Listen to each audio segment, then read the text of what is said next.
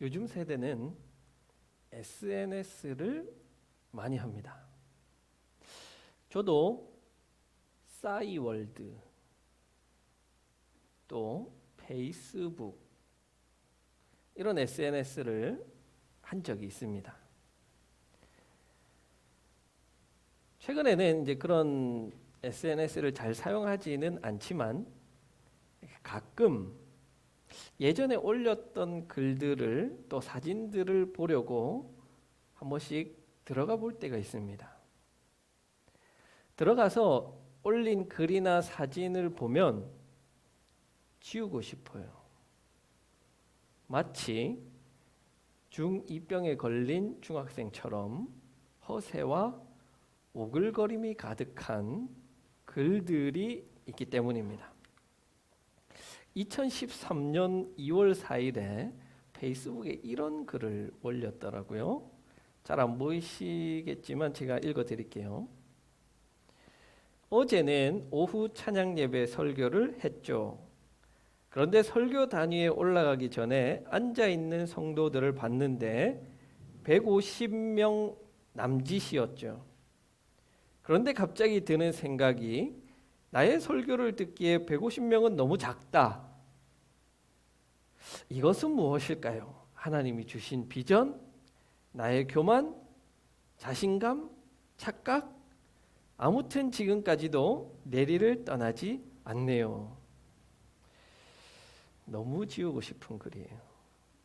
그런데 그 밑에 댓글을 다신 분의 댓글도 아마 지우고 싶을 것 같아요. 박경순 울도사님, 처음은 미약하나 내 나중은 창대하리라. 시골교회 노인대학 수준 목사님들 생각하시고 힘내십시오. 하나 더 봅시다.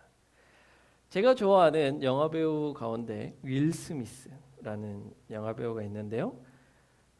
이분이 토크쇼에 나와서 중2병에 걸린 자기 아들과 함께 20살이었어요. 아들과 함께 이 토크쇼에 나와서 중2병에 걸려가지고 온갖 그 자신의 자랑, 허세를 트위터에 올리는 그 아들을 옆에 두고 이런 말을 했습니다. 영어 다 읽을 줄 아시죠? 네. I was very dumb when I was 14. 나는 매우 바보였죠. dumb, 바보예요. 멍청이에요. 언제? 14살 때. C, 보세요. No Twitter, no Facebook when I was 14. 내가 14살 때는 트위터도 없었고 페이스북도 없었어요. So, I was dumb. 나는 바보였어요. 멍청이였어요. But I was dumb in private. 개인적으로 방구석에서만 멍청이였어요. 여러분들 이해가 되세요? 10년 전에 저는 바보였지만 윌 스미스처럼 현명하지 못했어요. 방구석 멍청이로 남아 있었어야 되는데 그것을 트위터에 올려버리는 바람에 공개적인 바보가 되어버린 겁니다. 마치 그때는 저 자신이 굉장히 지혜 있는 것처럼 또 혹은 어떤 대단한 자신감이 있는 것처럼 보였지만 10년이라는 시간이 지나서 되돌아보니까 그것은 결코 지혜에 있었던 또 자신감에 있었던 그런 행동은 아니라는 것을 깨닫게 됩니다. 여러분 왜 그럴까요? 그 당시에는 굉장히 지혜 있는 것처럼 그 당시에는 굉장히 자신감 있는 것처럼 보여서 그것을 글로 남겼는데 10년 지나고 나서 보니까 이게 참 부끄러운 글이라는 거예요. 그 이유를 오늘 야고보 사도는 자신이 자랑하는 지혜는 하나님으로부터 오는 것이 아니라 땅에 속한 지혜이기 때문이다라고 말씀하세요. 대답하세요. 요즘에 TV를 켜면 유튜브를 보면 SNS를 보면 그 속에 자기가 지혜자라고 자기가 깨달음이 있다고 떠벌리는 사람들, 지혜자들이 굉장히 많습니다. 그런 지혜는 10년이 지나 돌이켜 보게 되면 지우고 싶은 부끄러운 지혜들로 가득 차 있어요. 왜? 그것은 땅에 속한 지혜이기 때문에 그래요. 하지만 하늘에서부터 오는 지혜는 10년이 지나도 부끄럽지 않고 앞으로 100년이 지나도 1000년이 지나도 결코 부끄럽지 않습니다. 과연 나도 그런 지혜를 말한 적이 있을까? 과연 나도 그런 부끄럽지 않는 지혜에 대해서 말한 적이 있을까? 곰곰이 한번 생각해 봤습니다. 그러면서 10년 전에 올렸던 제 유튜브 영상을 어제 우리 처형들이랑 우리 조카들이랑 함께 봤습니다. 머리 스타일이나 이런 스타일은 굉장히 부끄럽습니다. 그렇지만 이것만큼은 부끄럽지 않다. 10년 전에 그런 저의 모습은 머리 스타일도 이상하고 설교의 능력도 부족하고 지금과 같은 이런 여유도 없었지만 전하는 그 하나님의 말씀에 대해서는 저는 단 1도 부끄럽지 않고 자랑스럽게 생각합니다. 오히려 든든합니다. 왜 그럴까요? 하나님으로부터 오는 지혜는 영원한 진리이기 때문에 10년이 지나서 보아도 진리고 100년이 지나서 보아도 진리이기 때문에 진리를 말하는 것에 있어서 저는 한 점 부끄럽지 않은 거예요. 그 진리는 내 안에서 나오는 것이 아니라 위로 영원하신 하나님으로부터 주어지는 것이기에 그러한 거예요. 그래요. 그렇다면 우리가 추구할 것은 뭐예요? 10년이 지나면 부끄러워지고 지우고 싶고 그때 했던 말을 되돌리고 싶은 그런 세상적 지혜를 추구할 것입니까? 아니면 영원히 시간이 지나도 상황이 변해도 어떤 순간에도 우리의 자랑이 되고 하나님의 자랑이 되고 우리의 능력이 되는 하나님으로부터 오는 지혜를 사모하시겠습니까?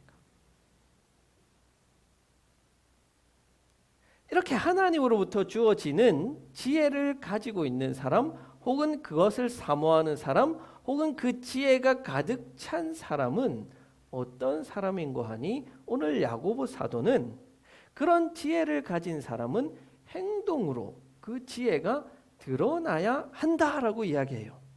오늘 13절 말씀에서 이렇게 이야기합니다. 여러분 가운데 지혜 있고 이해력 있는 사람은 누구입니까?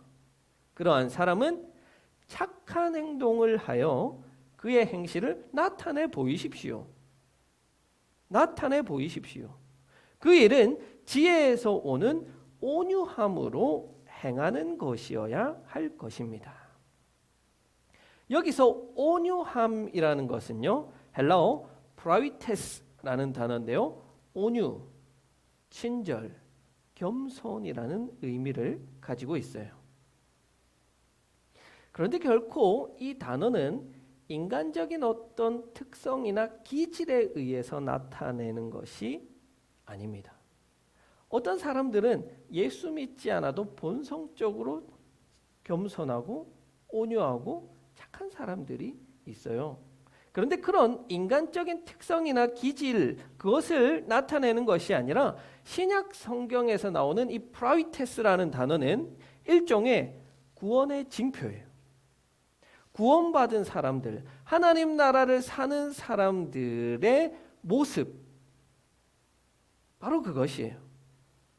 그래서 하나님에 의하여 주어진 그 생활과 행위의 가능성에 대해서 이야기하는 거예요. 그리스도와 연결되고 성령 충만한 사람만이 살아가면서 행할 수 있는 행동이 프라위테스예요.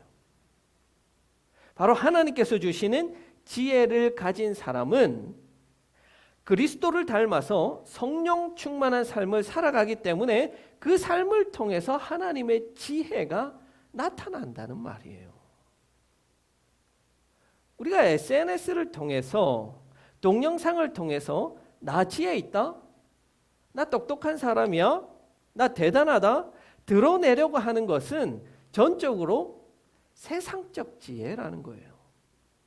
반면에 일부러 자기의 지혜를 드러내려고 노력하지 않아도 그의 삶을 볼 때 자연스럽게 흘러나오는 것이 하나님의 지혜라는 거예요.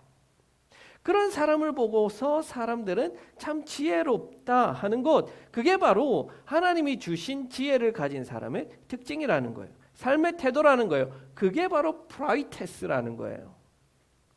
그래서 오늘 본문에서 하늘로부터 내려오는 지혜를 가진 사람은 브라이테스, 겸손하지만 땅에 속한 지혜를 가지고 살아가는 사람은 경쟁적으로, 시기적으로 자신의 지혜를 자랑하는 사람이라고 이야기하고 있습니다. 심지어는 지혜로운 사람이라고 하지만 거짓말까지 한대요. 자기의 지혜를 드러내기 위해서. 참 재미있는 것은 그렇게 경쟁적으로, 시기적으로, 거짓말로 세상적 지혜를 드러내는 사람들이 설교자 가운데도 있다라는 거예요. 하늘로부터 오는 지혜를 전해야 하는 설교자 가운데서도 세상적 지혜를 이야기하는 사람들이 있다라는 거예요. 어떤 사람, 어떤 설교자는 지독한 시기심으로 설교하는 이들도 있어요. 일명 저격 설교. 여러분도 들어보셨어요? 누구라고 딱 집어서 이야기하지는 않지만 설교 가지고 우리가 흔히 하는 말 때린다고 표현해요. 때려요. 헌금하지 않는다고, 헌신하지 않는다고, 열정이 없다고. 그런 설교는 아마 10년이 지나고 나서 다시 찾아보면 부끄러운 설교일 거예요. 내가 이렇게 설교를 했다. 땅에서 나는 지혜로 하는 것이기 때문에 그래요. 어떤 설교가는 너무 설교를 잘하려고 경쟁심에 남의 설교를 뺏겨서 하는 사람도 있어요. 마치 자기가 그렇게 한 것인 양 거짓말하는 이들도 있다는 거예요. 그러면 하나같이 그런 설교자가 목회하는 교회에서는 하나같이 분쟁이 일어나고 분열이 일어나고 어려움에 휩싸일 수밖에 없어요. 그래서 여러분들은 기도하셔야 돼요. 누구를 위해? 설교자를 위해서 기도하셔야 돼요. 저를 위해. 제가 하나님이 주시는 그 지혜로 설교하게 해달라고. 그래서 하나님의 그 지혜가 저를 통해서 여러분들에게 드러나서 우리 교회가, 우리 지역사회가 하나님이 주시는 그 지혜 가운데 평화와 화평을 이루는, 그래서 정의의 열매를 맺을 수 있는 그런 놀라운 일들이 일어나게 해달라고 저를 위해서 여러분은 반드시 기도해 주셔야 돼요.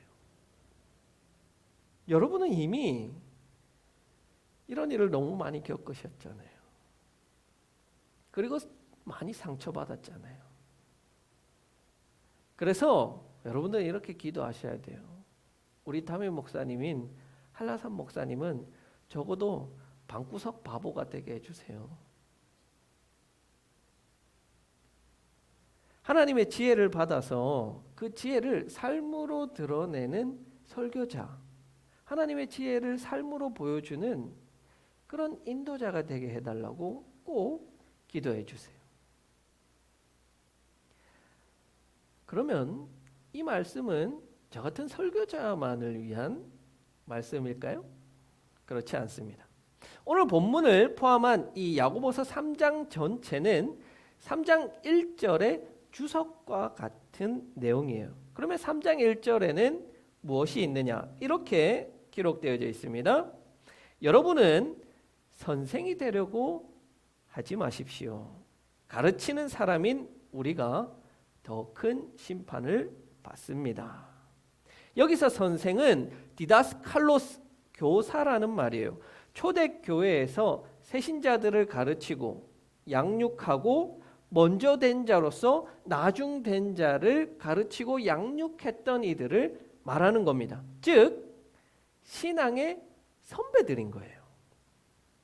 그러면 실제로 야고보 사도는 성도들에게 그런 교사가 되지 마십시오. 성경 교사가 되지 말라고 하는 말이에요? 그렇지 않잖아요. 신앙이 성장해 감에 따라서 우리는 누군가의 선생이 되기도 하고 누군가의 신앙적으로 선배가 되어서 후배들을 가르치고 지도하는 입장이 됩니다. 마땅히 그렇게 해야 되죠. 다만 그런 선생의 자리, 선배의 자리에 갔을 때 우리가 그들에게 무엇으로 가르칠 것인가, 어떻게 가르칠 것인가, 야고보 3장에서는 두 가지로 이야기하잖아요. 하나는 지난주에 말했어요. 말에 실수하지 마라. 말하지 말자. 그렇게 이야기했잖아요. 또 우리 안에 있는 이 단물과 쓴물을 내는 것 가운데 단물을 내는 것, 바로 성령 충만으로 채우자. 그것이 첫 번째고, 두 번째가 바로 오늘 이 말씀이에요. 어떻게 해야 돼요? 바로 하늘의 지혜로 가르치라는 거예요. 하늘의 지혜로 삶으로 보여주라는 거예요. 그거예요. 여러분, 우리가 이제 코로나 시대가 되어서 신앙생활을 개인적으로 하는 경우가 많아졌어요. 가정에서 예배도 드리고 또 가정에서 혼자 신앙생활을 하는 경우가 많아졌지만, 이 신앙생활이라는 건 사실 결코 개인적이거나 혼자서 할 수 있는 것은 아니에요. 신앙생활은 반드시 공동체적이어야만 합니다. 그렇다면 그렇게 공동체로 모인다면 누군가는 먼저 된 자가 있고 누군가는 나중된 자가 있게 마련입니다. 그러면 먼저 된 자는 나중된 자를 가르쳐야 할 의무가 있죠. 그것이 바로 믿음의 선생, 믿음의 선배들의 역할입니다. 그렇다면 이 말씀은 저만을 위한, 설교자만을 위한 것이 아니라 바로 누군가의 믿음의 선배이고 누군가의 믿음의 선생인 우리 모두에게 주시는 말씀이라는 거예요. 바로 여기 이제 신앙생활을 출발하는 우리 청년들에게, 우리 재욱이에게, 자라나는 다음 세대들인 이 세대들에게 우리 믿음의 선배들은 하나님의 지혜로 가르치고 훈련시키고 양육할 의무가 있다는 거예요. 청년들은 어때요? 물론 지금 우리 교회는 교회 학교가 없지만 각자의 교회로 돌아가면 주일 학교를 가르치는 선생님으로 또 역할을 하실 거예요. 그렇게 여러분들은 가르치는 자, 훈련시키는 자로서 역할을 감당하게 됩니다. 그때 우리는 어떻게 해야 되냐는 거예요. 그 다음 세대들에게, 그 자녀들에게 우리는 무엇으로 가르쳐야 하냐는 거예요. 말로 가르쳐요? 아니에요. 오늘 야고보 사도는 결코 말로 가르치지 말라라고 이야기해요. 야고보서 3장 전체에서 이야기하는 게 한결같은 게 그게요. 말하지 마라. 말하지 마라. 말은 실수를 한다. 말하지 마라. 그럼 어떻게 해야 돼요? 행동으로 보여주라. 오늘 13절에서 이야기합니다. 일부러 하나님의 지혜를 가르치려고 이런 말 저런 말 많은 말을 할 필요가 없이 너의 삶으로 하나님의 지혜를 보여주라는 거예요. 그것으로 가르치라는 거예요. 그렇게 의도적으로 말하지 않더라도 삶을 통해서 자연스럽게 흘러나오는 여러분의 삶인 평화, 겸손, 친절, 온순, 자비, 편견과 위선 없음을 보여주라는 거예요. 여러분, 이것을 하라고 설교하는 이게 더 어색한 일이에요. 왜냐하면 자연스럽게 삶을 통해서 흘러나와야 되는 것이기 때문에 그래요. 하나님의 지혜를 가진 사람이라면. 이제 우리의 신앙을 한번 점검해 볼 수 있을 것 같아요. 나는 하나님의 지혜를 가지고 있는 사람인가? 아니면 세상의 지혜를 가지고 살아가는 사람인가? 물론 어떤 사람이 100% 하나님의 지혜로 살아간다는 것은 불가능한 일이에요. 100% 세상적 지혜만 가지고 살아가는 그리스도인도 있을 수는 없어요. 예수님을 구주로 영접한 사람이라면 누구나 그 안에 성령 하나님께서 계시기 때문에 성령 하나님의 역사로 인하여서 우리는 어느 정도는 하나님의 지혜를 가지고 살아갑니다. 적당히는 그렇다는 거예요. 적당히 겸손하고 적당히 착하고 적당히 온순하고 적당히 자비를 베푸는 거예요. 그런데 여러분들도 혹시 이렇게 적당히 하나님의 지혜로 살아가고 있는 것은 아닙니까? 하나님의 지혜도 적당히, 세상의 지혜도 좀 적당히, 아마도 의도적으로 노력하지 않는다면 대부분의 성도의 삶은 이렇게 하나님의 지혜도 적당히, 세상의 지혜도 적당히 취하며 살아가고 있을 거예요. 분명한 것은 야고보 사도는 그렇게 하나님의 지혜도 적당히 가지고 있고 세상의 지혜도 적당히 가지고 있는 것을 한 입으로 두말하는 사람이라고 표현해요. 한 입으로 단물과 쓴물을 내는 것이 가능하냐라고 우리에게 반문합니다. 즉, 그것은 용납될 수가 없다는 거예요. 그래서 위에서 오는 지혜를 가진 사람을 순결하다라고 표현했어요. 순결하다. 하그노스. 퓨어예요. 퓨어. 순수한 거예요. 섞이지 않았다는 거예요. 하나님의 지혜를 가진 사람은 온전히 그 하나님의 지혜만으로 가득 채워져 있다는 거예요. 세상의 지혜와 하나님의 지혜는 동시에 있을 수가 없어요. 마치 성령 충만을 사는 사람은 오로지 성령의 인도를 따라 살아가지만 자신의 어떤 얄팍한 술수, 자신의 꾀, 자신의 모략, 그것은 다 포기하는 것과 마찬가지예요. 잠언 14장 33절에서 지혜는 명철한 자의 마음에 머물거니와 미련한 자의 속에 있는 것은 나타나느니라 라고 말씀하셨어요. 자신이 지혜에 있다고 떠벌리지 않고 외치지 않아도 하늘로부터 오는 지혜를 가진 사람은 자연스럽게 자신의 삶을 통해서 드러나게 마련이지 그것을 떠벌리지 않는다는 거예요. 특히 하늘의 지혜를 가진 사람들은 평화를 이루는 사람들이라고 하셨어요. 우리 각자의 삶 속에서 일어나는 그런 다양한 경쟁심, 시기심, 질투, 그런 분쟁을 일으키는 세상의 지혜를 가진 사람들 속에 우리는 살아가는 거예요. 그 속에서 하나님의 지혜를 가진 우리는 평화, 화평을 이루며 살아가는 자들이다. 그런 열매를 맺어내는 자들이다라고 야고보 사도는 이야기합니다. 그에 반해서 세상의 지혜를 가진 사람들은 어때요? 자꾸 자신의 안에 있는 그 어리석은 것들을 끄집어내서 그 어리석은 지혜를 자랑하려고 노력합니다. 실제로 그것은 어리석고 지혜가 없는 것인데 말이죠. 그래서 그런 사람을 우리 선조들은 빈수레가 요란하다라고 이야기했던 거예요. 이제 우리는 선택의 갈림길에 놓여져 있습니다. 요란하고 떠들썩해서 자신이 빈수레라는 것을 세상에 보여주는 것을 여러분 원하십니까? 아니면 하늘의 지혜를 따라서 삶을 통해 화평을 이루어내는 삶을 살아가시기를 원합니까?